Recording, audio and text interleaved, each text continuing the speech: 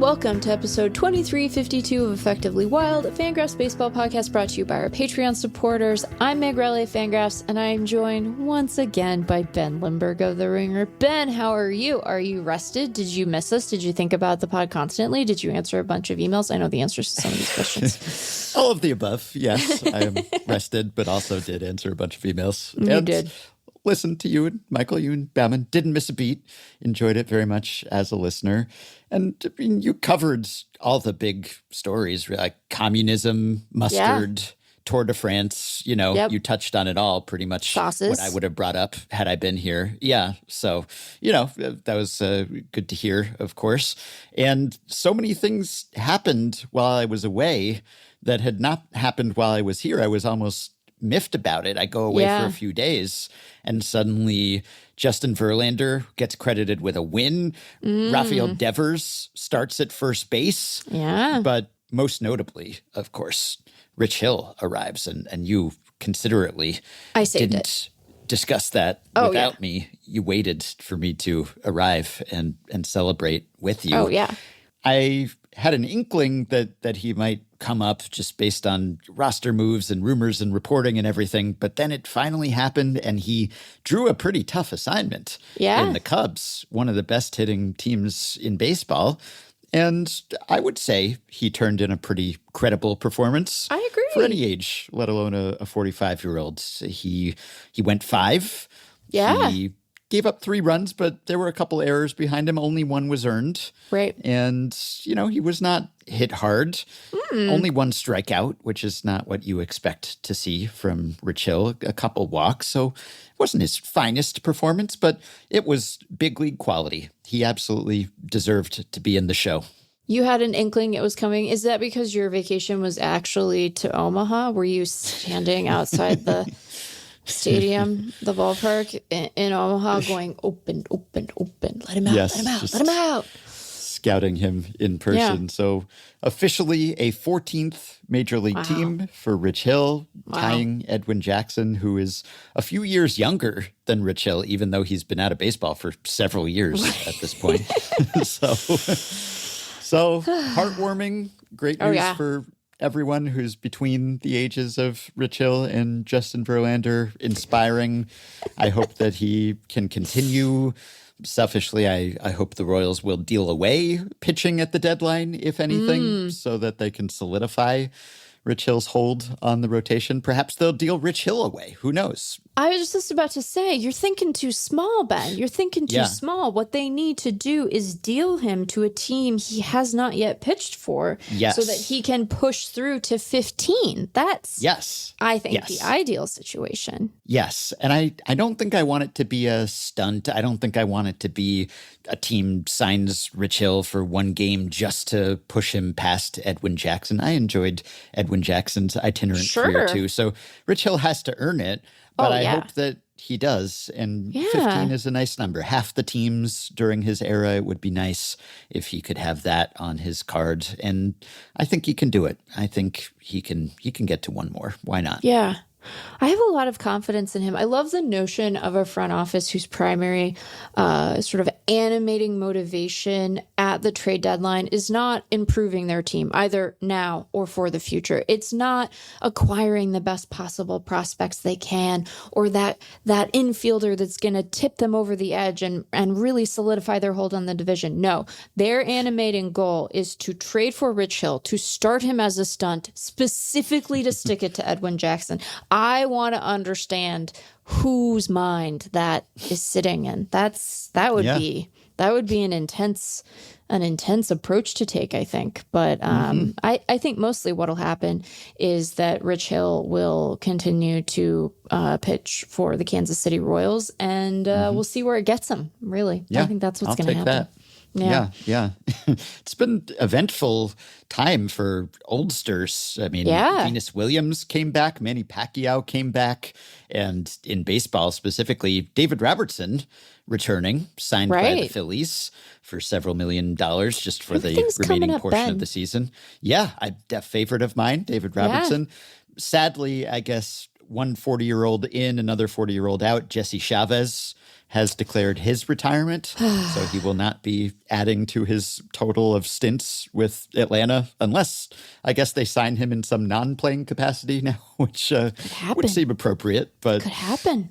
Yeah, so Hill in and Robertson in. We have added to our stock of 40-year-old pitchers, or 40-plus-year-old pitchers, even though Jesse Chavez must be subtracted from that total. So very heartening to see Hill back here. Maybe we can get, if Jackson and Hill remain tied, maybe we can do a tandem episode of this podcast. We can book Edwin Jackson and Rich Hill somehow and have them compare notes about the various teams that they played for and teammates. That'd be a fun one if we could work that out. But I'm very much enjoying that this finally came to fruition. You have to believe. You can never give up hope in Hill. We never did. Right. I thought you were going to note the other vaguely Highlander-esque situation that we found ourselves in, which was that the day that Rich Hill's contract was selected was also the day Dickie Lovelady found himself off the Mets again. And look, Dickie Lovelady, Dick Mountain, there can only be one, you know? Yep. I will recycle jokes from a couple of days ago on Blue Sky. You weren't here to hear them. Yeah, it's jokes made in another medium don't count. You got to workshop that material elsewhere. And then when it's finally honed into a routine, then you use it on Effectively Wild. That's what it's all leading up to. Yep. So we will devote the back portion of this podcast to an interview about another legendary old pitcher, Satchel Paige. We will be talking to Mark Armour, the author and Sabre official, who has devoted years, or at least more than a year of his life, to researching the history and career of Satchel Paige and trying to get a count of games that Paige pitched in, which has been quite nebulous up to this point. And he has now documented thousands or close to 2,000 games pitched by Paige over many decades in many states and countries. And it's all released now. It's all online so that we can all enjoy this wealth of Satchel Paige information. It's the Satchel Paige Project, and Mark will join us a little later to talk about that. So you really did discuss some things that I would have brought up. Not mustard, probably. Not a big mustard man myself, but I would have talked about the Brewers. I would have talked about the walk-off catcher's interference. Of course. And just to answer one of Bauman's questions, which was about my sunscreen application, I did apply diligently, and I didn't get burned. I would say that I got a little color, which is not a good thing in my case, particularly. Any color, it's not really a flattering color. Oh. And do you look like a tomato? Yeah, it's not that bad. It was just, a slightly darker hue, and only in a few patches. I tried my best. And obviously the best sun protection is to stay out of the sun, which is what I typically do. A little tougher on a Caribbean island than it is in my apartment, but I did my best. However, I did spend a day at the beach, as you two were wondering, and even though I was under an umbrella, some stray rays did find me, and they left their mark. I don't think there's an SPF high enough to protect me with my level of melanin. It's just like, I don't think SPF comes in high enough numbers. I would have to be just kind of constantly in a state of applying sunscreen to safeguard myself. So you need that like special European sunscreen that we're not able to get here in the States. Yeah. Yes. The non-oily stuff. That's what I want. I'm more of a spray-on guy, because the other stuff, it's so thick, and it gets like stuck in my facial hair, and I just don't enjoy the oiliness of it. Do you need me to send you some sunscreen recommendations? Because as you might imagine, as a resident of the valley, I have, it took a little while because I previously famously come from the land of twilight, where you're just not going to see the sun for 7 months out of the year. Are you worried about it? Actually, for folks up there, maybe a little more than you realize you need to be. It's just good to have a little daily SPF, regardless of what the sun is doing outside. But I had to really hone in, and now I have quite a regimen that I could I got special little UV gloves that I wear when I ride my bike. They're special little gloves, and they're not heavy, because it's also very hot, and so you're in this constant battle. It's like, God, how much linen can one person possibly own? But I got these special little UV gloves that you wear, and it protects your hands because you put sunscreen on the top of your hands and it disappears instantly. Right. It seems, and then if you're going in and out, if you're out and about, like you put sunscreen on and then you have to use the restroom and then you have to wash your hands and suddenly you're vulnerable again, less vulnerable to bacteria, but more vulnerable to the sun. And so not really an issue while biking, but I was like, oh, let's just get some little UV gloves. Yeah, and I do that with swimwear. I have what we refer to as my sun protection pants, which are just like, you can wear them in the ocean or whatever, because the trunks, they leave a lot of leg exposed, and that's just more surface area that can be burned. But and calves that you have to apologize for, apparently. Right, yeah. Don't need to be brandishing those under any circumstances. But the people who don't listen to the Patreon pod are like, what are they talking about? Why is Meg body shaming Ben for his calves? Making fun of Bauman being off topic, and suddenly we're on a sunscreen jag here. Anyway, it's my fault, really. The true land of twilight, everyone is particularly pale. You should see those vampire complexions, but Pacific Northwest as well. Anyway, I did want to speak up in your defense because you brought up Warhammer and you referred to it as a video game. And I did. Bauman smacked you down and says it's not a video game, Megan. And I'm here to say that you're both right, actually. It's not originally or primarily a video game, but there are many Warhammer video games, many video games set in the Warhammer universe. So you were not wrong. I wasn't, but I do. You tell me if I have fundamentally misunderstood Warhammer. I associate Warhammer with like painting the little fellas. I imagine they're not all fellas, although canonically I imagine many of them are fellas. But like you paint the little guys, miniature models, tabletop, But there is I was about to say, what's really the difference between Warhammer and Dungeons and Dragons? But we have other stuff we have to do. Yes, we do. And one other thing that we have to do that also transpired while I was away, we have to thank our Patreon supporters. Yes. For answering our call, rising to the occasion, and fulfilling already our 2025 in 2025 campaign. Yes. We have blown a little bit past 2025, actually. So we didn't even need the rest of the calendar. We didn't even need the space between podcasts. So this is very heartening. Just ask and ye shall receive. Yes. I believe it's tough to tell, but I think Lawrence McDaniel was Lucky Caller supporter number 2025. But we are equally indebted to the many others who signed up in the past few days and also in the more distant past. And by indebted, I don't mean literally. This is not a loan. We don't have to pay you back. Hopefully that was clear. I guess we pay you back in podcasts. Yeah, I think we have a mutually beneficial relationship with our Patreon supporters where we talk into the mics for many hours a week and they give us some money so that we can keep doing that. And everybody wins, hopefully. They feel that way. Yeah, I feel that way. Money's worth in podcasts and also perks. And we don't have to stop at 2025, to be clear. No. There could always be a stretch goal. I guess we painted ourselves into a corner. We should have aimed higher in retrospect because we've already hit 2026 and 2026. So that's not going to cut it. So I don't know.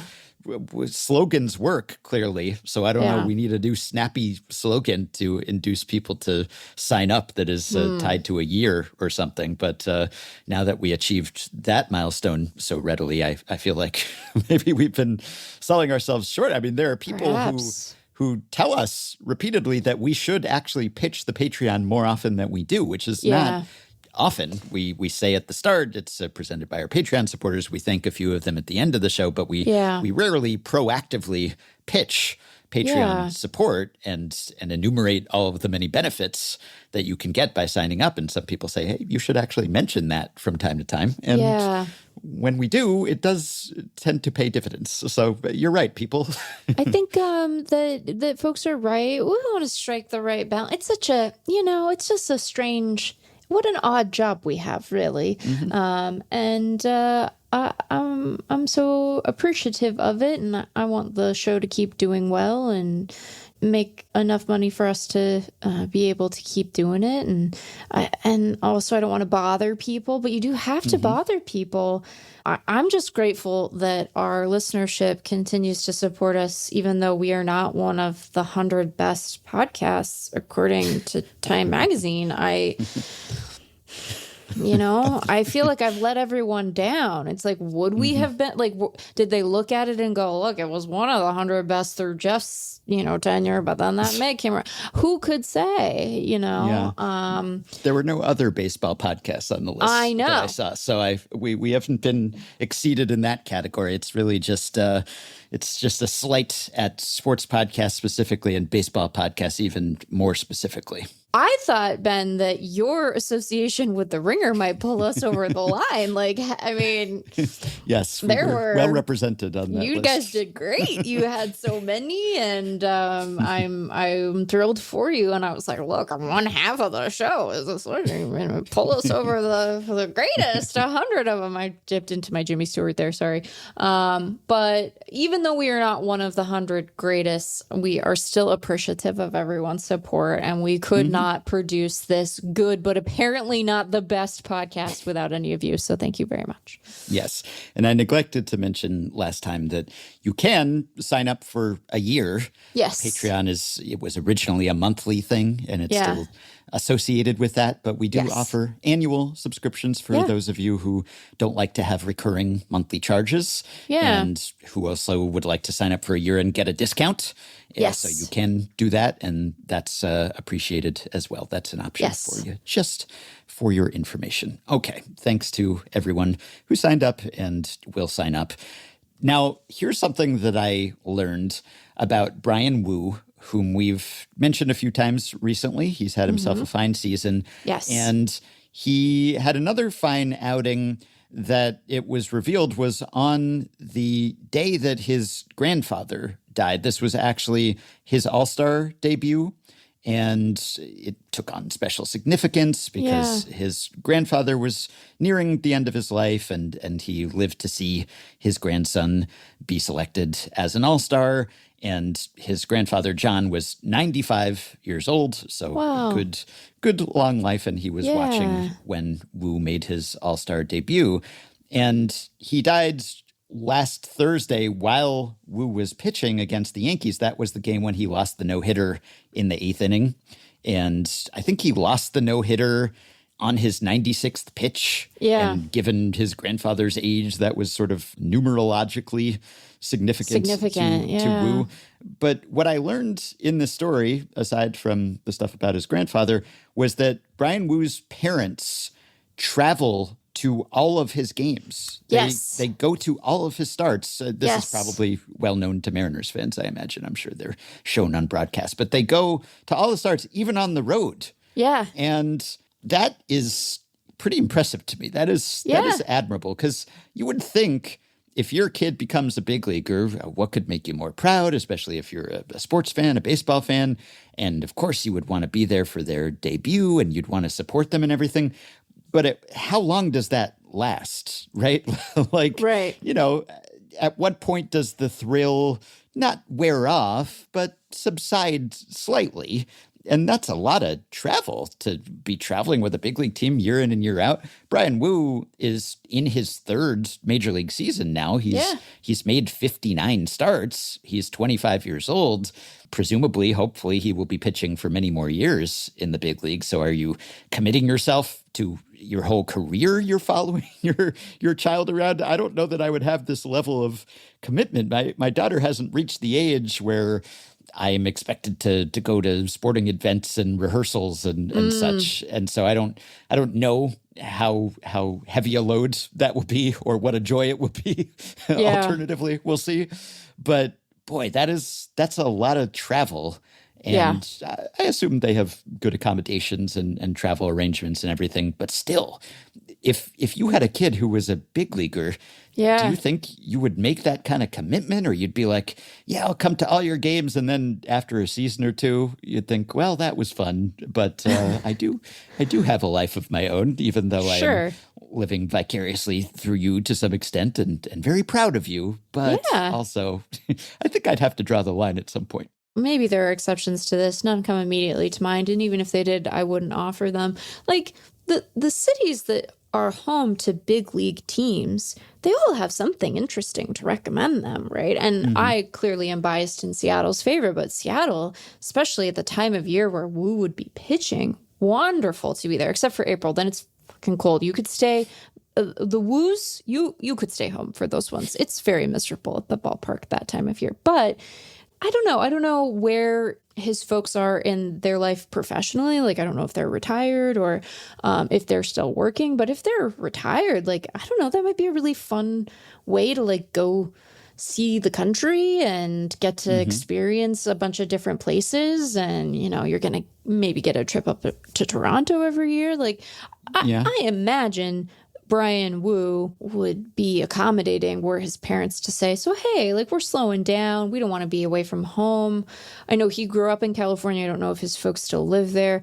But, like, we'll do a couple of series a year, but we're going to be a little more homebound. I mean, I'm sure that Woo would allow for that. But while you're spry and able to do it, I don't know, maybe it would be a fun thing. It's not like they have to be on the road the entire year, right? Right. And if they are living up in Seattle, which again, I do not know because I am not acquainted with the Woos, but if they're up in Seattle for most of the year, like by the time spring training rolls around, you're like, get me to Arizona already. Good grief. I haven't seen the sun in months. I don't need sunscreen, except maybe I should wear it a little more than I typically do, but I'm like one of those sparkly vampires, you know?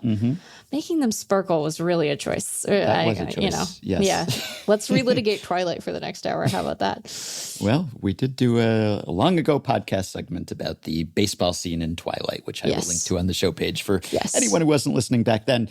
So, yeah, I think maybe I would make it once or twice around the league, and then I would have seen all of the cities that one would go to in the course of following one's major league son around the league. And then I'd probably say, okay, not that you can not keep seeing new things in the same cities, but still. And also, I wonder how Woo feels about it. I'm sure, you know, I assume based on this close relationship that they do have a good one, and that his parents would not be following him around if he weren't okay with that and they didn't get along quite well. So I'm sure it's nice. And, you know, if and when they're not able to make that anymore, then you might miss that and you'd be happy to have had that time and cherished it and everything.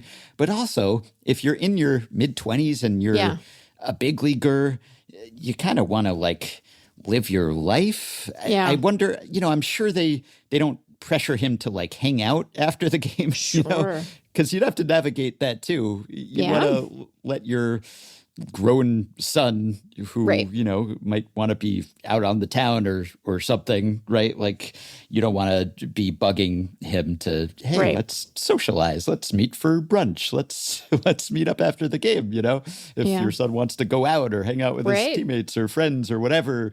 And then, I don't know, I never really wanted so much. I mean, I appreciated the parental support, but also was very conscious of like if I had family watching me do something, I was just aware of that in a way that I actually didn't really love. So, and nothing against them. That's just my own self-consciousness, really. So, yeah, you'd have to navigate that? How do you give your son some space while also following him around the country constantly? Yeah, I do feel the need to, for the sake of accuracy, note that Wu's most recent start did not go particularly well. He gave up 4 earned against the Astros, preventing a sweep, which would have been useful for the Mariners' purposes. But you're right, his prior start was superlative. So I'm just saying, yeah. Yeah. Yeah. And sometimes, even if your son's a pretty good pitcher, as Brian Wu is, he's going to have a bad day. And then sure. That's going to be a bad day for you. I guess it would be a bad day for you even if you're not there in person. Right. But if you have traveled to that start and you have to watch your son struggle in person, I'm sure they're used to it. Obviously, he famously struggled before he was a big leaguer, so they've seen it all before. And maybe you're inured to it to some extent. I'm just saying that's commitment, I think, to carry on that routine into a third big league season. But he's only improving with time. So stick with him, I guess. Yeah, I think that their faith will be rewarded. He is doing pretty well, last start notwithstanding. So yeah. The only thing I was thinking as you and Bauman were bantering about the Brewers, and I was in the place of a listener, just powerless to chime in until now. The only things that I think that are kind of notable about the Brewers that you didn't touch on so much is just, I think depth is sort of their superpower. Yeah. And that's fair. And it's an easy to overlook superpower. And it's not very flashy, but I think that has been their hallmark, if anything. That's kind of been their defining characteristic in my mind. And I know some people think of them as Rays North, and obviously they have a lot of, front office overlap between those two organizations, but just the way that they manage to keep contending and keep turning over the roster and still just being good. But a lot of it comes down to, you look at their individual stat lines and you think, how are they doing this? And it's not that they have so many spectacular individual seasons. It's that they don't really have any bad players. They just go really deep with competent players. And Jeff Sullivan used to talk about that on this podcast or write about it at FanGraphs, just avoiding the awful, I think he would call it, just kind of quantifying how much playing time went to replacement or sub-replacement level players. And I think that has been a strength of the Brewers. Just they don't have holes really. And so their highs aren't quite as high as some of the flashier teams perhaps, but their lows aren't as low. And they just, they run really deep. Like if you just look at the number of hitters they have who have an average or better WRC plus, or you could do the same thing with FIP or FIP minus on their pitching staff. It's just a lot of guys and not so many that you'd single out other than the Miz or Woodruff since he's been back. They might have a standout season or two, but mostly it's just competence all the way down. And that's probably an underrated skill and something that I'm prone to overlooking. You want standout performances. I'm sure that if you asked the Brewers, like, would you want a guy who's, a superstar offensive producer, they'd be like, sure, we'll take one of those. That sounds nice. Yep. But not having to rely on, waiver wires when a guy goes down, there's still a lot to that. I think that puts you in a position to be able to weather a lot. Now, one might argue, and I think that you would be within your rights to say that, like, come October, is that depth the best asset to have? And we have watched Brewers teams fronted by tremendous pitching not really be able to, reach escape velocity when it comes to the postseason, in part because their offenses have underproduced. So I do wonder, I think that they are built to succeed during the championship season. But I do wonder if they sometimes limit themselves a bit once October rolls around because they don't have the standout guy. But, they're also a month of good run from Jackson Churio away from just like having that guy, right? It's not like they don't have candidates on their roster as it's currently constituted who might be able to get hot and sort of give you that next level of offensive production. They just, in the season that those guys are having right now, we haven't quite seen that. So there are a lot of Caleb Durbins on the Brewers, like spiritually. There's only one literally, but like as we talked about at the time of that trade, hasn't he always been? It's like in The Shining where it's like, you've always been the caretaker here. He's always been a Brewer. Like, hasn't he really? They had that standout guy in Christian Yelich. They signed him to be that guy, and he was that guy for a year or two. And now he's just part of the pack. He's leading the team in home runs, but he's a 120 WRC plus guy, and they just have a whole lot of them. They have 8 hitters with at least 250 plate appearances who have 100 or better WRC plus, and that's even with William Contreras underperforming and maybe playing through an injury, and that's not even counting the latest addition to the 100 WRC plus club for Milwaukee, Andrew Vaughn, who has played in only 10 games for them, so let's not get too excited, but it is... I've never been excited about Andrew Vaughn even one time in my entire life. Sorry, Andrew Vaughn. Yeah, it's probably too soon to say that the Brewers have fixed Andrew Vaughn, but he's hit a couple homers for them. He's walked more than he struck out in 10 games. Sure. And they have picked up Vaughn, and they picked up Quinn Priester from the Pirates. So they just these cast-offs from the White Sox and Pirates who have been productive for them, especially in Priester's case. And we don't think of the Brewers as much, it seems like, as we do the Rays and the Dodgers when it comes to, they're going to pick up this guy off the scrap heap and fix him instantly. But maybe they should be in that conversation. We do talk about their knack for pitcher development, but I was going to say, I associate them with that ability on the pitching side. Although I will say that the place where I see their strength from a dev perspective, and maybe this is like a distinction without a difference, but it's less, hey, we acquired Quinn Priester, who, like, thank goodness Quinn Priester's been good for them, because at the time that was like a desperation trade and they gave up a competitive balance round pick for that. Like, that was, at the time we were like, oh my God, but he's got an ERA in the low 3s. So joke's on Meg.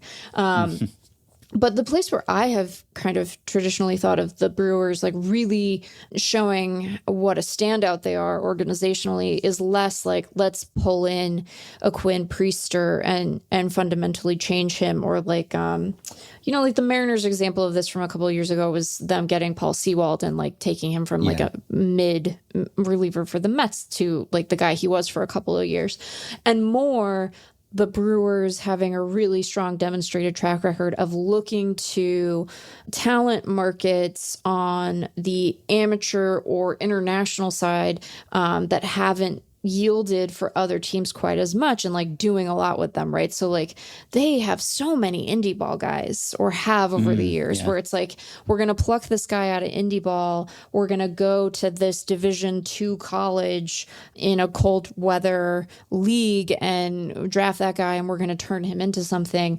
But I which isn't to say that that's like totally a distinct skill, but I do associate it with it more on like the front end of a guy's pro career rather than like shifting a guy midstream. But I don't know, like Quinn Priester's been pretty good. You know, his FIP's higher than his ERA, but like he's having it's fine, you know? Yeah, they signed one of my and Sam Miller's spreadsheet guys who we signed to the Sonoma Stompers. Santos Saldivar was signed out of low-level indie ball by the Brewers. Sadly, he did not progress to the big league ranks, but hey, he got his shot in affiliated ball. So yeah, they do cast a pretty wide net, which has helped them, I think. And really, they have turned over their roster. They've essentially executed a rebuild without ever being bad. They didn't really take a dip. They didn't take a step back whatsoever. This was essentially a flawless... I don't know whether people even realized that a rebuild was happening, but it sort of happened right under our noses. Neil Payne wrote about this the other day, and not only do they have one of the best records in baseball this year, but they're one of the younger teams in baseball. They're only, I think, 4 teams with a younger batter age than the Brewers. And aside from the Tigers, they're all teams that are well out of contention. So they have built this lineup out of largely homegrown guys or guys who've made their major league debuts with the Brewers, at least. Even their pitching staff is below league average in age. So they've essentially set themselves up where they are productive and contending today, and also have just come up with a young and homegrown foundation that should stand them in good stead for years to come. And they've done this while losing Craig Counsell, while losing David Stearns, the architects of previous Brewers teams, and losing Corbin Burns and Willie Adames and all the rest. And it's maybe a little less extreme than the Rays' commitment to turnover anytime anyone gets good, but it's the same sort of idea, except if anything of late, they've been even better and consistently contending than the Rays. And it helps to be in the NL Central as opposed to the AL East, certainly. But still, it's quite admirable. And maybe it's because they're the Brewers, or it's Midwest bias or whatever. I don't know. They don't get quite as much shine for this as some other teams do that are sort of associated with greatness or with Moneyball and progressive sabermetric operations and all the rest. But they absolutely deserve to be mentioned in the same breath as any other team when it comes to front office acumen and talent finding and talent development. So it's pretty impressive what they've put together. It's very impressive. And you're right to say that, like, they have managed to, because I think of the level of roster churn, but the way that roster churn has been executed, have really turned it over. I mean, like, isn't Woodruff the only guy left at this point? Like, you know, it's basically been there for a while, but him and Peralta and Yelich are like really the only guys who are part of, you know, what we would have associated with the last good Brewers team. So, and it's not like they've been bad lately. I do like that they have like a good Cubs team to kind of push them. Like, you got to have at least 2 clubs in any given division that are like really going for it. Otherwise, it's like you're going to get blown out in the first round of the playoffs. I'm sure of it. Mm-hmm. Speaking of the value of depth, and in this case, there's a little less value to it. Actually, in this case, it's less depth than it is just the frontline guys not being tested, the depth not being tested or plumbed whatsoever. The Angels, I was aware that they had not used many starting pitchers this year, but I don't think I had quite realized the extent of it. They were taking 5-man rotation quite literally. They had not used a 6th starting pitcher until their first game back after the break, when former Meet a Major Leaguer subject Ryan Zefferjohn served as an opener. And up to that point, they had used the same 5 guys all season long, which is quite a rarity in this day and age. The Rays actually were close. I think they've used 6 as well. But the Angels had just used 5. Rob Maines at BP looked into this and found that no AL or NL team since 1901 has made it through a season with fewer than 5 starters. Only 5 teams have used exactly 5 starters. And only 5 teams in the 30-team era, dating back to 1998, have even made it to the All-Star break using only 5 starters. It's the 1998 Giants, the 2000 Braves, the 2000 Cardinals, the 2003 Mariners, and the 2012 Reds. It's even more improbable that it would happen in this day and age, given the injury rate for starters, given how late the break is, etc. But the Angels, of all teams, became the first team in more than a decade to do it. And they now have demoted Jack Kahanowitz and replaced him with the similarly challenging to spell Zefferjohn for now. I mean, on roster resource on their depth chart, they just have 4 starters listed. Right. But Kahanowitz was not good. No. He struck out guys at a slightly higher clip than he did last season, but not high enough. So he has been optioned. But the interesting thing is that if I tell you, oh, this team has not had to use a 6th starter, you'd think, oh, well, their rotation must have been really good then. Because, you know, that's half the problem with a pitching staff is that guys get hurt, and then you have to dip into the minors, and you have to bring up your 6th and 7th and 8th and 9th and 13th starter. And usually there's a step down from your 5 frontline guys. So if you have consistency, kind of like the 2005 White Sox did, where they just sort of had healthy pitchers all season long, and they just rode those guys, and it carried them all the way to the World Series. The Angels, though, have combined this consistency with a lack of productivity. Like their rotation has not actually been very good. It's like these are the guys that they wanted. This is how they drew it up. They have not had to break glass in case of emergency, or I guess the emergency is just that like their starting 5 were not very good. Yeah. And they have overall had a better than expected season. They're on the periphery of the wild card race, which is probably more than anyone would have expected at this point. More than I expected. Yeah, and part of that, I guess, is that they have not had to dip down into their depth such as it is. And yet, prior to the All-Star break, using only 5 starters, their starting pitchers ranked 20th in FanGraphs WAR. So, like, and the Rays, who I just mentioned, also didn't really test their depth, unusual for them. They were 17th in starting pitcher WAR. So, interesting combination of like having the guys. The Angels don't have any starters on the IL. It's not like they're waiting for someone to come back. This is their rotation. This is what they wanted it to be. And everything's gone as well as it could have. And they're still just not a very good group. No. Like, they signed Kikuchi, and they have Jose Soriano, who was recently dubbed by Alexandra Whitley at Baseball Prospectus this line: Soriano is one of the league's most fascinating pitchers, as perhaps the only known case of positive Angels pitching development. Which is maybe slight hyperbole, but not by that much, because Alexandra was noting that Soriano set a single game record for ground balls, which I had not realized, but he just had a start where he went 7 innings, and he was facing the Phillies, and he got 19 ground balls. 19 of the Phillies' 21 batted balls against Soriano were grounders, which was a single game record either in the modern tracking era or just all tracking data going back to 1991. So Soriano's pretty good and underrated. But yeah, just an interesting kind of dichotomy there of like, it's plan A, and yet plan A being mediocre at best.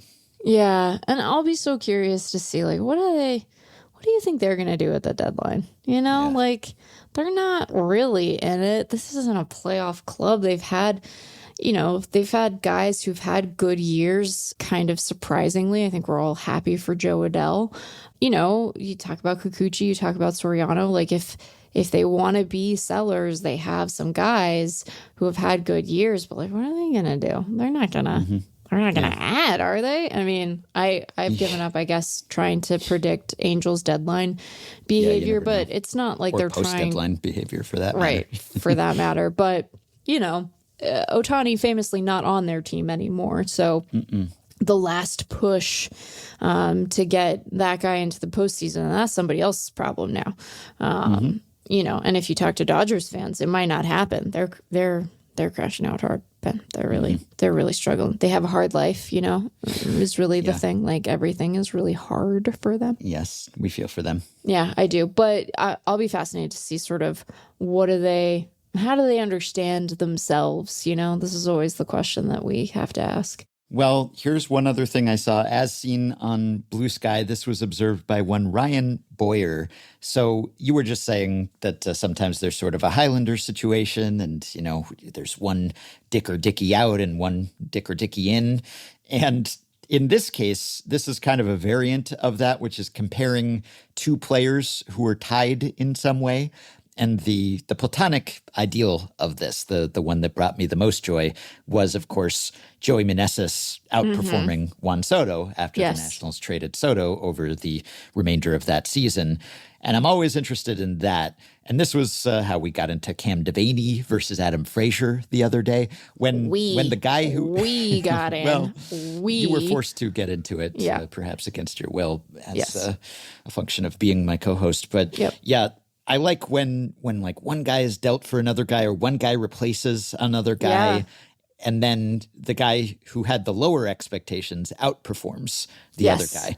And this was one of your bold preseason predictions about Isaac Paredes and Kyle Tucker, which was looking good for a while. Tucker's going to end up being better, but Paredes, he gave him a run for a while there. He was an all-star also, so both ends did okay on that deal. But this is a good one that Ryan Boyer pointed out. Roki Sasaki, speaking of Dodgers dismay, and Miles Straw, because as you'll recall, Miles Straw was added to Toronto because the Blue Jays had picked up international bonus money with an eye toward perhaps persuading Sasaki to sign with them, and they were reportedly a finalist, whatever that means. So at the last minute, they were trying to add to their bonus stockpile so that they could convince Sasaki to sign with them or sweeten the deal. And one move they made was to trade for Miles Straw and take on his salary from Cleveland in exchange for getting some extra international spending money. And when that quickly didn't pan out the way that they wanted it to, because Sasaki then turned right around and signed with the Dodgers, I think some Blue Jays fans bemoaned that move. Why would we do this? This was a mistake. This was setting money on fire, et cetera. Well, as it turns out, so far, Roki Sasaki, negative 0.2 FanGraphs WAR, and a mere 34 1/3 innings before he went on the IL. And Miles Straw, 0.7 FanGraphs WAR.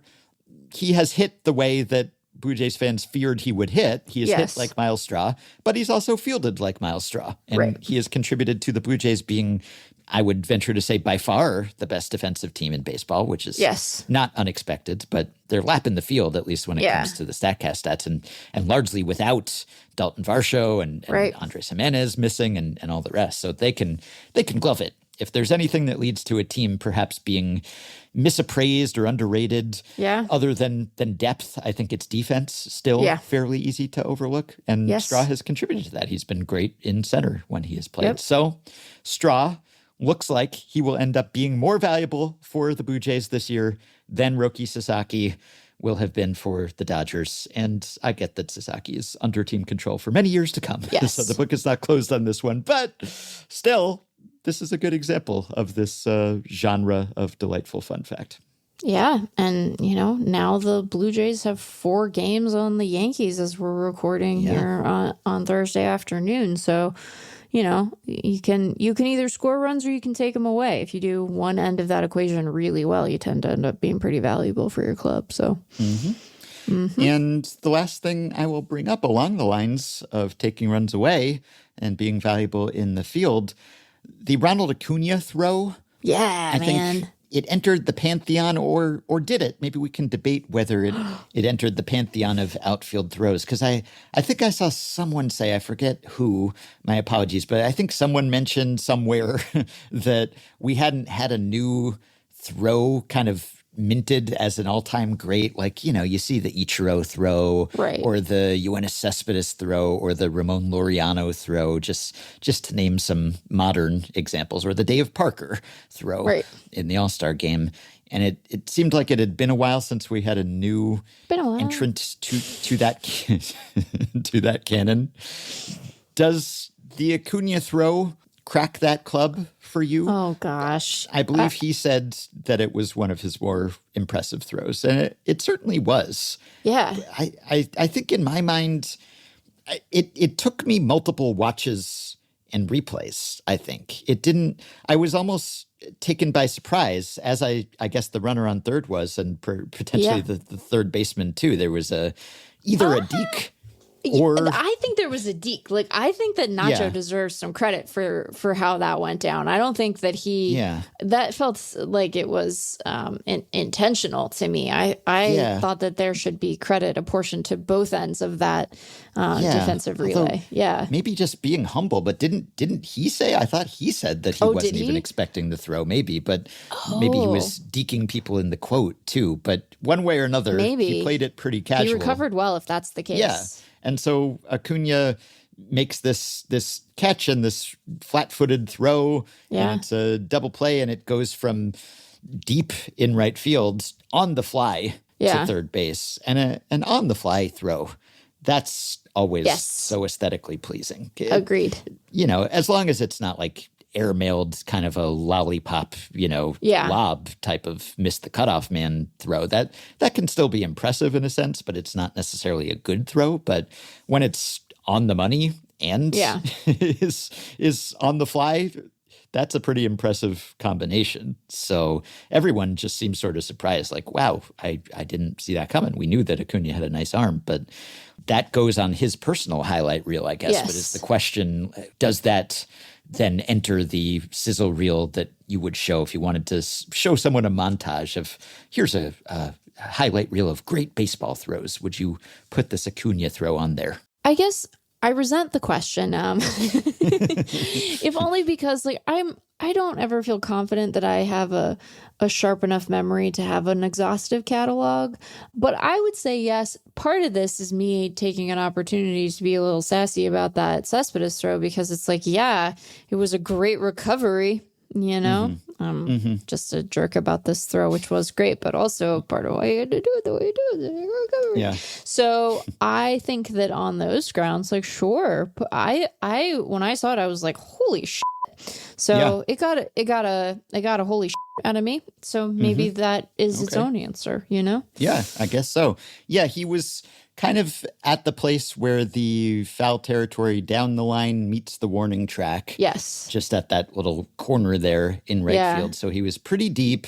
And I guess what makes it impressive, that's the thing. When I saw it from multiple angles and then watched the replay, I wasn't watching live, but even so, when I watched it the first time, not slowed down or anything, the standard broadcast angle, I didn't fully appreciate it. I guess because it looked kind of lackadaisical or low effort, not to say he wasn't hustling or anything. I just mean, like, it didn't look like he got everything on it, Right. So I think that's visually, why it's a holy shit, though, because you're like, he didn't even have to. Yeah, that's why I think it took me a minute. I had to reappraise it because I saw it the first time and it didn't look like there was that much oomph behind it. And so it didn't really leap off the screen to me. Yeah. And then I saw, wait, he didn't actually put that much muscle behind it, seemingly, and it went all that way with some mustard, as you and Gavin discussed on it. I don't know which of the many varieties of mustard. Yes, or horseradish, the perfect food, as I learned. Yeah, I bet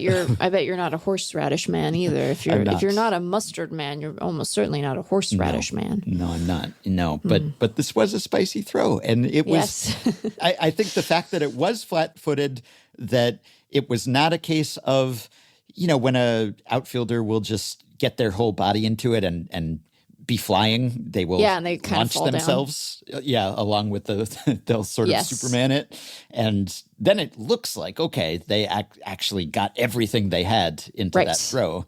Whereas Acuna just did not look like that. And he wasn't even camped under it in great throwing position. There was no crow hop.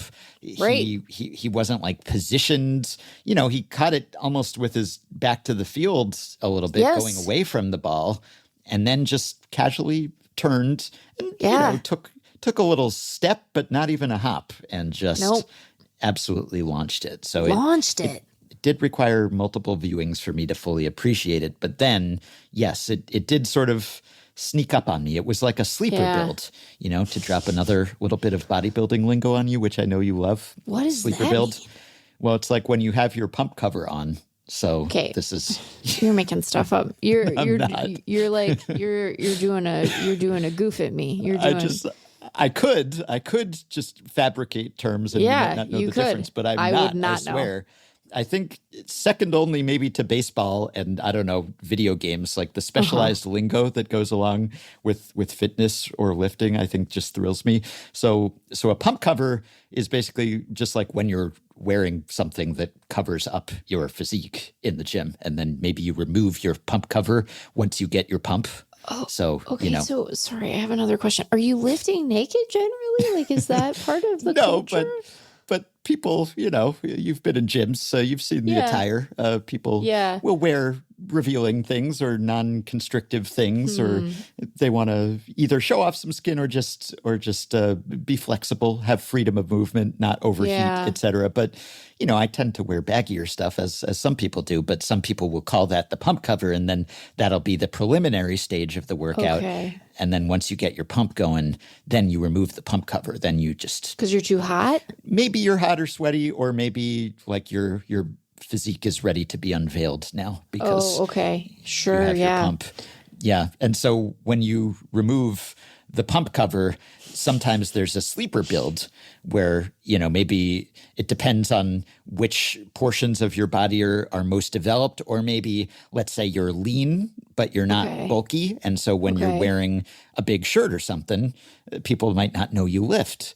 And so then you remove the pump cover, or you remove your shirt or whatever it is, and suddenly, sleeper build. Okay, he's pretty built under there, right? So this was like the sleeper build of throws, where it didn't seem like anything special to me. And then I looked more closely and I realized, whoa, that guy's cut. There's some serious strength here. Yeah. Yeah. Wow. I am just, I think that if I were part of this community, I would be yelling "kiss" at bodybuilders all the time. Because boy, it sure sounds like you're talking about other stuff, Ben. I gotta tell you, it sure sounds like you're talking about other stuff than clothing. There's certainly some homoeroticism that happens at times. It's the male gaze at other men, and not necessarily in a sexualized way. Not that there's anything wrong with that, but just in a male mutual admiration society sort of situation. Right. Yeah. Well, we can save further discussion of that for our next Patreon pod, I suppose. But I think it's so funny because like the more you have described it in these moments, the more I'm like, yeah, that was a hell of a good throw, man. That was such a good, and because it was right on the money. That's so interesting to me that Nacho's come out and said like, oh, I wasn't DK. It looked like he knew exactly what he was doing. I mean, like I was just impressed by both ends of that. As I said, I was like, wow, those guys they really pulled something off there, which I guess is like when you're at the gym and you pull something off, and then you're like, oh, look at how that guy's put together. I'm picking it up now. I'm getting familiar with the lingo. Looking forward to you working these terms into your lexicon. It will not happen even one time in my entire life, but yeah, sure. I do occasionally joke about on gear or on the sauce. That's the sort of sauce talk that I could probably engage in more so. We were talking about actual mustard. Getting into. Yeah, we were talking about actual mustard. We were talking about actual horseradish. We were talking about. You don't. Is it because do you not like the way that it makes your nose feel when you eat it? Is it like a nose hit issue? I don't. I think it's that I'm anti-flavor. Yeah. I think I'm Tim Waltz's caricature of a white guy or something. Yeah. I don't know. My wife theorizes that I'm some sort of super taster, and so it's overwhelming. I don't know whether that's true or whether I just have a bland palate. But I'm not particularly adventurous when it comes to condiments. Whereas like I have never met a sauce that I won't try. Which isn't to say that I don't end up regretting trying the sauces. Sometimes you're like, wow, but I'll try every one of them. I love a sauce. It's like a constant push and pull with the fridge. Like, how many condiments do we really need? I'm like, I don't know. We haven't reached the upper bound yet. I'll tell you when we do. What were we talking about? The Acuna throw. Yeah, I think it was pretty special, and I'd be comfortable with us bringing it up a lot. And I think, look, this doesn't have to be like a permanent decision. We can grant preliminary entry into the Great Throw Hall of Fame. Yeah, and the throws Mount Rushmore, Mount Throwmore. We can chisel out a throw and then chisel another throw in instead. Right. And so I think that as the Throwmore is currently constituted, like, sure, put him in there. And then if better throws come along, we can boot him, which he didn't do with that throw. Didn't boot it. It is interesting that you can use sort of flavor terminology when it comes to throws in baseball. I said, spicy, you could call a throw spicy. You could say he put some mustard on it. You could say there was some sauce on that throw. Yeah. So there's a lot of overlap there. All right. Well, we have a guest waiting in the wings. Not literally. Can you imagine if we had guests in our interview segments waiting while we bantered? I wouldn't bring up sauce if we did that. I would try to be respectful. I'm comfortable. I don't feel like I'm wasting your time, but I'm comfortable exploring the boundary of it. I wouldn't do that with a guest or being so generous to spend time with us at all. Exactly. And we don't want to keep Mark Armour from his quest to uncover yet more Satchel Paige games, which we will talk to him about after the break. D'un podcast marrant. Il s'appelle effectively Wild. Otani, le stade place, le beef boys sont chouettes. Les avis pédants, c'est super. Une fête. La la la, la la la, la la la, effectivement sauvage. La la la, la la la, la la la, effectivement sauvage. Well, if you go to Satchel Paige's page at FanGraphs or Baseball Reference, you'll see stats from about 400 Major League games. If you look at the lyrics to the song Satchel Paige Said by the Baseball Project, you'll see the line Satchel pitched about 1 million games. Somewhere between those two figures lies the actual number of games, Major League and otherwise, that Paige pitched over almost half a century. Back in 2023, Mark Armour set out to nail that number down, and he has an answer, 1853. Though that number could be higher when you hear this. It is a living document. Mark is a prolific writer, researcher, historian, and Sabre bigwig who has won just about every kind of hardware Sabre hands out, and he might have to make room for more in light of his latest work, the Satchel Paige Project, which was just publicly released. Mark, welcome back to Effectively Wild. Thank you for having me. I appreciate it. Well, Satchel Paige is one of the most famous players ever, but I would hesitate to call him one of the best known. We are aware of the myth and the legend of Satchel. Was your goal here to find out more about the man? Yes, I think so. Like many baseball fans or historians, I thought I knew a lot about Satchel Paige, but I think that I felt like what I knew lacked the specificity that I was used to in most of my history work, whether it's baseball or something else. Like stories you read about him would say things like, sometime back in the 40s, somewhere in the Midwest, this happened. And I'm not saying that the people that are telling those stories did anything wrong. I just think that I sort of grew up expecting a little bit more dates and facts in my baseball history. And so I didn't really feel like I'd wrapped my hands around what Satchel Paige was doing all those years in a way that was satisfying to me. I kind of did this because I was curious myself, honestly. And in doing it, yes, I learned a lot about him because he was, he said he traveled and pitched everywhere, and he pitched for a long time. And both those things are, of course, true. I mean, at the end of the day, the broad strokes of his story are, I think, true. But I just kind of wanted to know more. The last couple of years, last decade, has really been marked by us firming up that historical understanding, not just for players like Paige, but across all of the players who played in the Negro Leagues and in the barnstorming teams. And there's all this incredible resource for folks trying to backfill missing information. I'm curious, sort of, what has your process been for trying to find the appropriate Paige documents? Because I think you're right to say he's not maybe the most well-known, but he is one of the best known Negro Leagues players, and certainly has gotten dramatic treatments and songs has been noted. So it's a little surprising that there have been so many gaps. So what's the process been for you in trying to piece together the day by day? Well, the most significant part of my process has been going through newspaper archives, and these are fairly recently available. When I say recently, like in the last decade. And it started out that you could get the New York Times and the Chicago Tribune, but then over time, many small town newspapers are now online. Not all of them, maybe not even close to all of them, but many.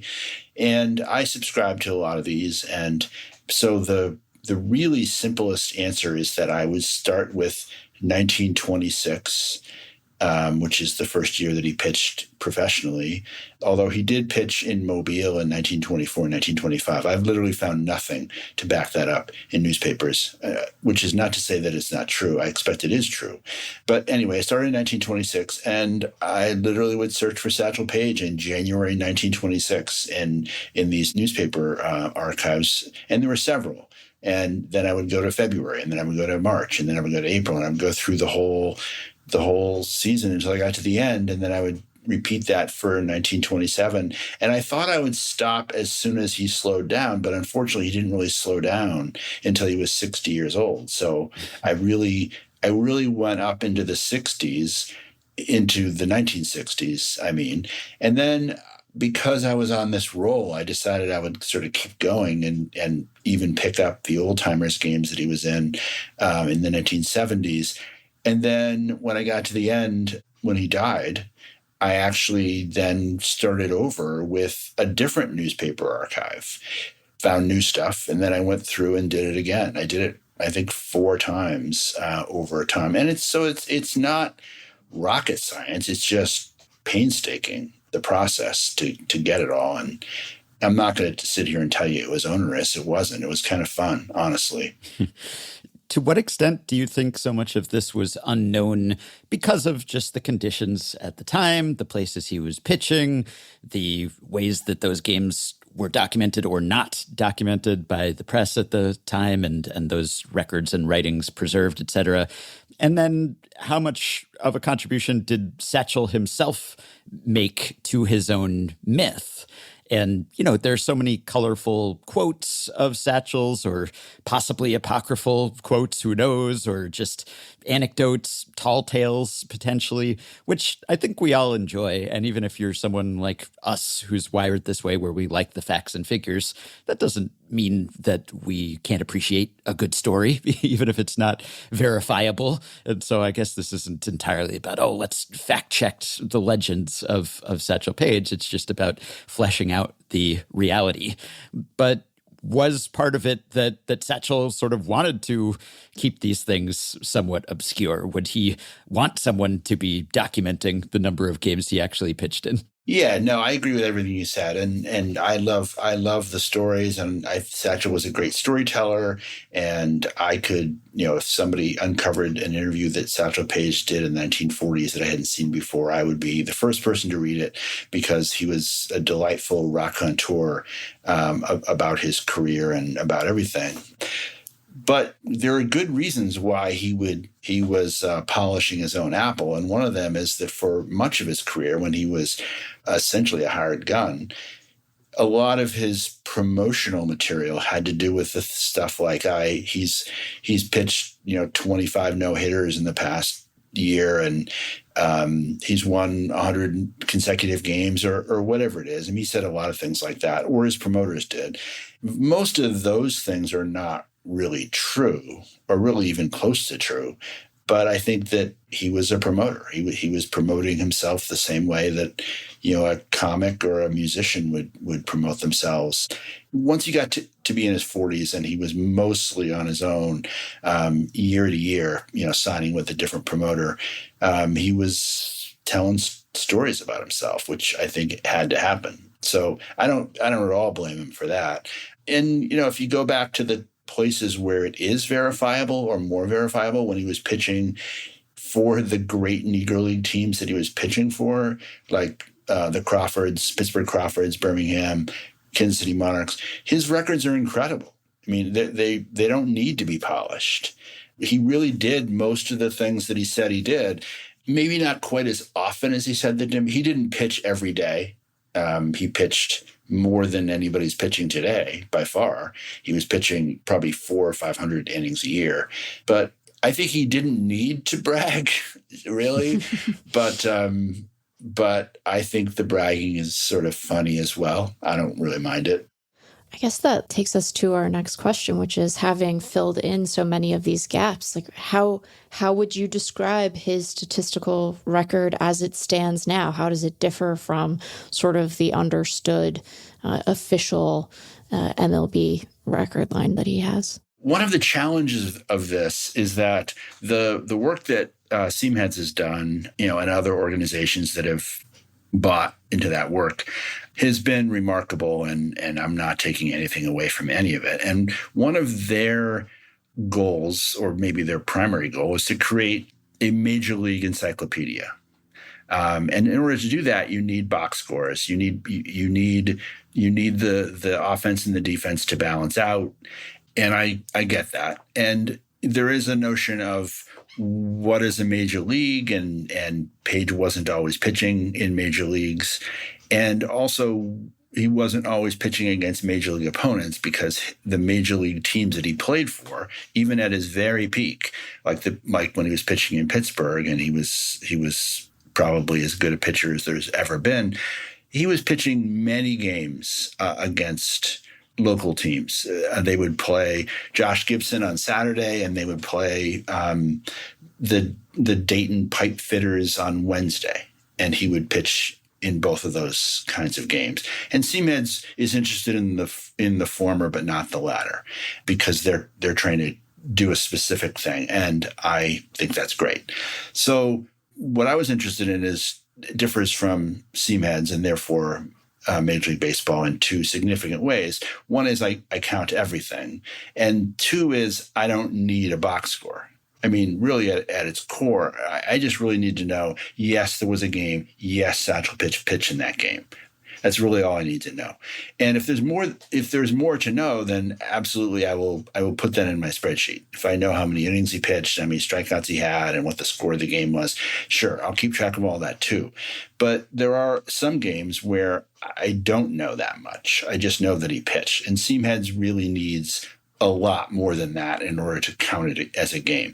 So to answer your question, Meg, I have Paige right now winning, I think, 672 games in his career, which would include a lot of games against Josh Gibson and a lot of games against, a bunch of grandfathers, or maybe not grandfathers, fathers. When Paige would say, I won 100 games last year, he really counted all the games the same. I think Paige was very transactional about his career. So I don't think Paige thought, like, I'm pitching against, great teams today, and I pitched against a bad team on Wednesday. I think Paige was just pitching.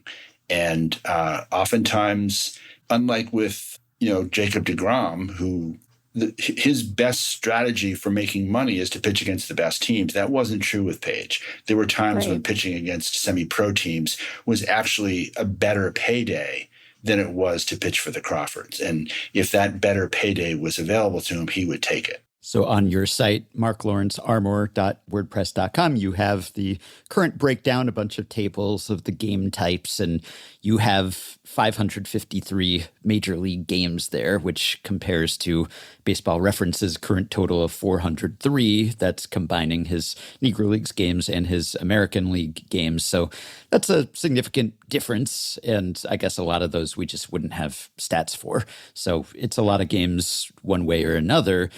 I wonder, having done this research, whether you can sum up a representative week or month, let's say, in the life of Satchel Paige, or in his pitching performance, at least, if there was a certain season that's just sort of an average Satchel season.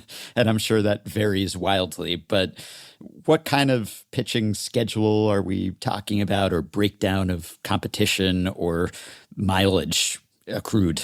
One thing I would say about Paige, he wasn't a scientific absurdity in that he really was gradually getting worse over his career. He was pitching fewer innings. He was pitching fewer complete games. So whereas in the early early part of his career, he was pitching a lot of shutouts, a lot of 3-hitters with 18 strikeouts, even against major league teams. And then as time went on, his legend was probably growing, but he started pitching 5 innings a game and then 3 innings a game. And he had to pitch more in order to, sell himself, so he couldn't pitch complete games. So the Satchel Paige of the 1950s was a guy that was pitching 2 or 3 innings at a time. The Satchel Paige of the 30s, which was Paige at his best, was typically pitching Sundays would be the big game that was potentially would be in a big stadium and would be hyped, where he'd be pitching against another major league team, perhaps in Chicago or New York or Philadelphia or Washington. And then over the course of the week, he might pitch another time or 2, maybe not 9 innings, both of those times, but a little bit more. And that would be sort of, I almost hesitate to say typical, honestly, about any of his seasons, because there was always like a but. I mean, he would have seasons where I'm going through the newspapers and I'm saying like, okay, finally, this looks like Bob Gibson here. He's pitching, on Sunday, he's pitching on Thursday, he's striking out a lot of guys. And then all of a sudden you see a story that's like, oh, he's jumped to the House of David.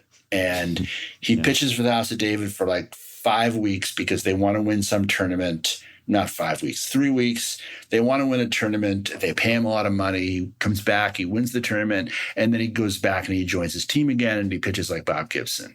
And he did that a handful of times, really at his absolute best. Like in the smack dab in the middle of his career, he was leaving teams for a time, and then he would come back. And the teams when he was in his 20s in Pittsburgh, the team owner was increasingly upset about this, as you can imagine. And then when he went to Kansas City, that was probably the most famous time of his career, because he was famous even in white America in the 1940s. And most of the photographs you probably see of Paige as a Negro Leaguer are with Kansas City. At that time, his owner was kind of in on it. So he would sell Paige's services for a few weeks and he would get a cut. So it was a little bit more like that. And then after that, I don't know, I hate to dodge the question, but it's just hard to say what typical really means, because he was, I will say this about Paige, even when he was 58 or he pitched the 3 innings in 1965 for the Kansas City A's, and of course he pitched famously, gave up 1 hit in 3 innings. And even then, this was not a lark to him. He believed that he belonged in the major leagues then. And you can laugh, and I can laugh, but every time he was given a chance to prove himself, he pitched well. I mean, and then the take would be like, well, yeah, he pitched well today, but this is kind of a fluke. He can't keep that up. And then he would go away for a couple of years. He wouldn't go away. He would go away from mainstream baseball circles. And then he would come, and then they would give him another chance and he would do it again. So it's kind of hard to look at his record and say that he ever really failed until he was like 61 years old or something. Man, Rich Hill's got nothing going. Yeah. I'm curious if and I imagine a lot of this had to do with whether he was playing, a recognized pro team or, the local beer league team, but were there particular stretches of his career that proved sort of more stubborn to track down than others? Yeah, definitely. And the hardest part for me was the times that he pitched in Latin America. I don't speak Spanish or read Spanish, so the newspaper work was really beyond me. However, I enlisted the help of people who do. This is the great thing about being in SABR, is that there's always people around that know how to do stuff that you don't know how to do. I had a couple of people that just thought this was the coolest thing ever, including a friend that knows somebody in Cuba who was able to go to the library and get his daily log for the few times that he spent time in Cuba. So that was the hardest for me. It was the hardest in the sense that I couldn't do it, actually. So I had to enlist some help. But he pitched several dozen games in Cuba and Puerto Rico, Mexico, and Venezuela, and the Dominican. And some of the stuff has been written about in such a way that I could find it, but some of it, because of the way I did this project, didn't do me any good for someone to say he was 12 and 8 over that summer. I needed the daily log. That was the requirement that I gave myself. So I needed to know what he did on each day. So with that, I really needed somebody that could go in and get the newspapers. And I found somebody that could, or a few different somebodies who could do it. So you have put together a map, which would make for fine wall art. You have a bunch of digital push pins in every place that you have documented a Satchel Paige pitching appearance. And you have gathered games from 46 states across 6 countries all over North America. Do you have a favorite find, whether it's just the most unlikely location or competition or exhibition, just something that wasn't previously known or that wasn't previously known to you that stood out along the way? There's a bunch of things I didn't know because I didn't know that much, but there were a couple I'll mention. One was sort of stunning for me when I found this. In 1948, Paige was signed by Bill Veeck to pitch for the Indians. And in the middle of the season, he was pitching on his own. In the early part of that season, he was actually barnstorming. And he got signed sometime in early July. He pitched his first game, I believe, on the 7th, his first American League game. And then a few days later, there was what I will call an in-season exhibition game, which major league teams used to have. Even up until 10 or 15 years ago, the Mariners would play Tacoma in the middle of the year. And they had a game on, which was, so Paige had one American League game in his resume. And there was a game in Cleveland against the Brooklyn Dodgers. And I believe it was either the day before or the day after the All-Star game. The Brooklyn Dodgers, you can imagine, in the middle of the season, the Brooklyn Dodgers and the Cleveland Indians, who are both in the pennant race, in 2 different pennant races. The Dodgers come to Cleveland and they play a game, which obviously does not count. And in the game, this is why it's interesting to me, and I knew nothing about this game. In this game appeared Jackie Robinson, Roy Campanella, Satchel Paige, and Larry Doby, who were the only 4 African Americans in the major leagues at that time. There had been a couple other guys who had come and gone, but these were the only 4 active players. They all played in the game. There was no Jackie wants the day off or anything, or even you think he'd give the catcher the day off? No. All 4 of them played in the game. And to me, there's 2 things that are amazing about this game. One is that the game happened at all. It just seems bizarre that this would happen. It certainly wouldn't happen today.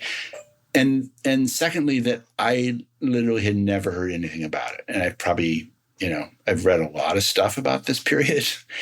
And it was just something, and the coverage of this game, which was not small in both New York and in Cleveland in the newspapers, but they wrote about it very matter-of-factly. And I think that newspapers tended, in the early days of integration, they tended to not write about the history that was being made in front of them. It was just sort of matter of fact, Dodger first baseman Jackie Robinson got his first hit today, as opposed to oh my God, I can't believe this is happening. So that was sort of an amazing find for me to discover this. I mean, there's probably a lot of people that knew about this, but I was not one of them.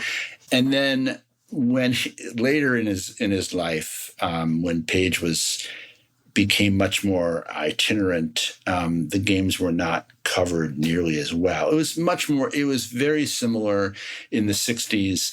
Paige games were much more like Foghat is coming to the county fair in your town. where it would be mentioned maybe in advance, but not necessarily. They wouldn't send a reporter to watch Foghat to report on the concert, right? Mm-hmm. So it was a lot trickier to sort of figure out what Paige was doing all the time. Anyway, the funniest story that I saw was that Paige was in Anchorage, which may be the only time he was in Anchorage. This was I think it was in 1964. And Paige was pitching a couple of games there. There was a story in the paper about Richard Nixon, who at the time was unemployed. He was not president and not vice president anymore. And Richard Nixon was flying either to Japan or home from Japan on some kind of, diplomatic seminar or something. I don't know what it was. And they stopped in Anchorage to refuel. And Nixon, this is the story that was told. Nixon lands in the airport, and there's this big hubbub in the adjacent gate. And he learned that, he said, what's going on over there? And they said, oh, Satchel Paige is about to get off the plane. And so Nixon goes over to the gate and gets in line with everybody else and gets his autograph and talks to him, which I think is very well deserved. I kind of respect that Nixon did that. He knew when his better was walking in, I guess. So what is next for the project? And are there any stretches that have proven stubborn where you're trying to fill in some gaps? Do you want to put a plea out to the Effectively Wild listenership to send you some box scores and some newspaper articles?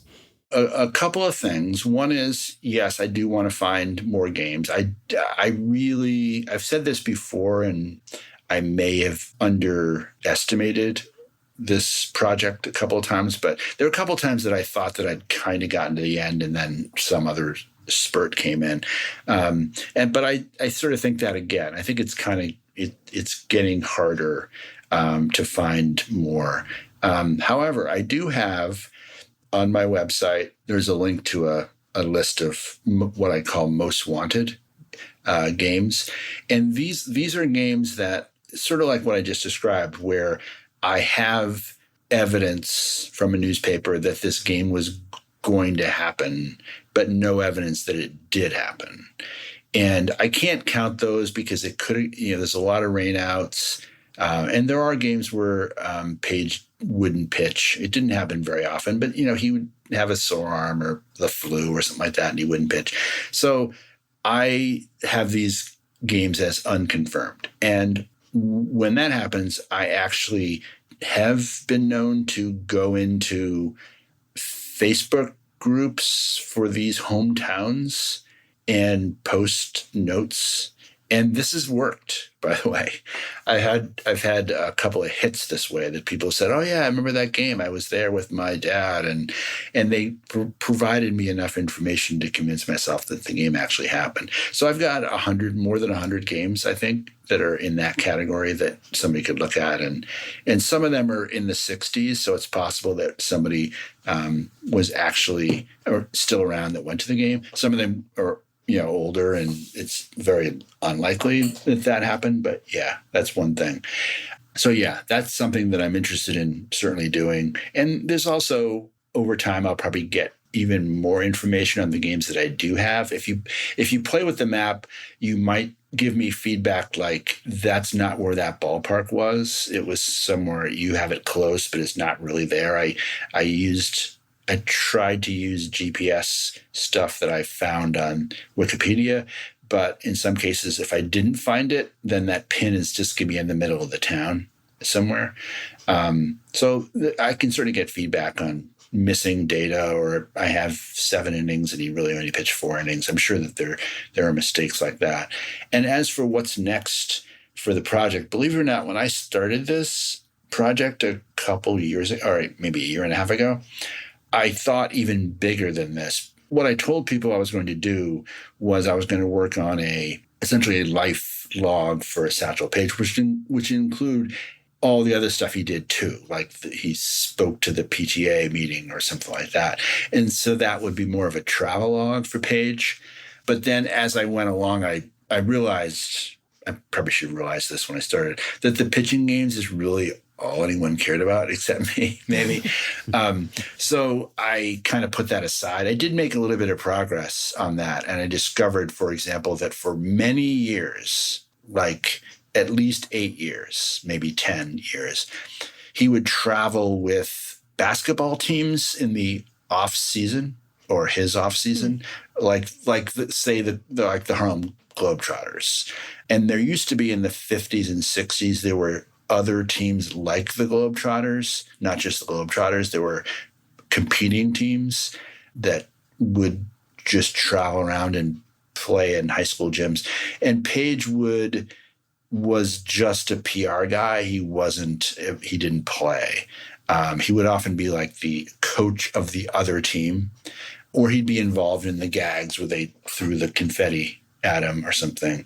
But anyway, I found a lot of this and I said, this would maybe make a good story someday. Like, why did he do that? Or what did he get out of that? Or it's probably money is probably why he did it, but that's probably a boring reason. But yeah, Paige, the thing I'll say about Paige, which is a question you did not ask, but he was by many measures a fairly successful person economically. I mean, he lived in a big house in Kansas City. He was certainly upper middle class. He was a car guy. He had expensive cars that he traveled around with. And people would say to him, why are you doing this? Why are you still pitching? And he said, well, I have like 8 kids at home, which is true. He had 8 kids. And he has also had expensive hobbies. He was not a real carouse. I mean, he didn't spend a lot of time on bad things, but he did have a car collection, a gun collection. He was not immune to to all of the horrors of segregation. There were certainly a number of stories where that was a problem in his life, and he absolutely felt that. But he also he did better than most of his peers, or maybe even all of his peers did.